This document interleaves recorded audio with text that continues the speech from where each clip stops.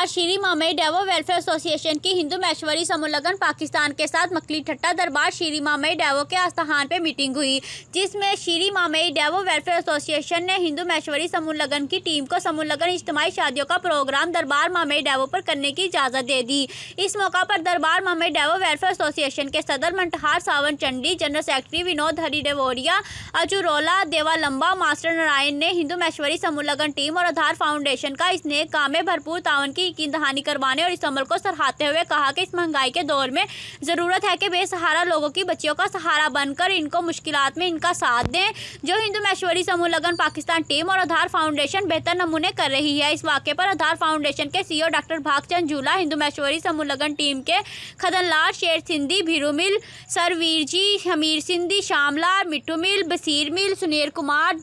जमुना राम जी मौजूद थे। हमायती न्यूज़ से अहमदीन हमायती की रिपोर्ट। मज़ीद खबरों के लिए देखते रहें हमायती न्यूज़ HD।